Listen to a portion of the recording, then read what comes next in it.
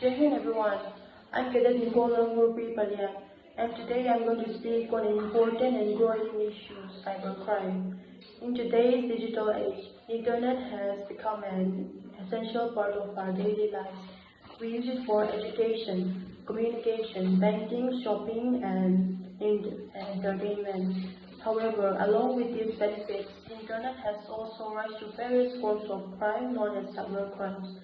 Cybercrimes refer to illegal activities carried out using computers, mobile phones, or the internet. Common examples include hacking, online fraud, identity theft, cyberbullying, and spreading fake information.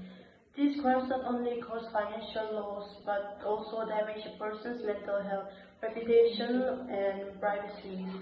One serious and alarming form of cybercrime is sextortion.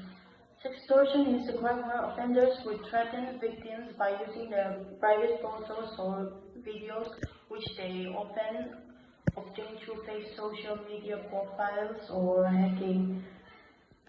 The criminals would blackmail victims by demanding money, personal favors, or more explicit content.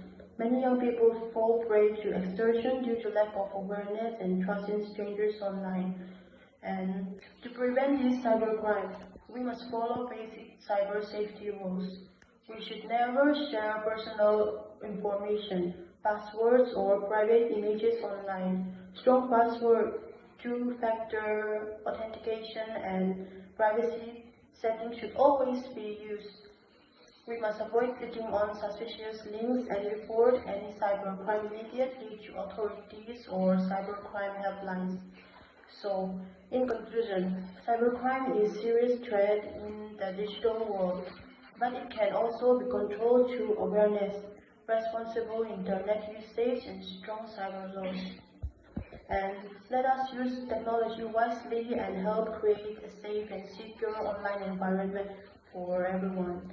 Thank you.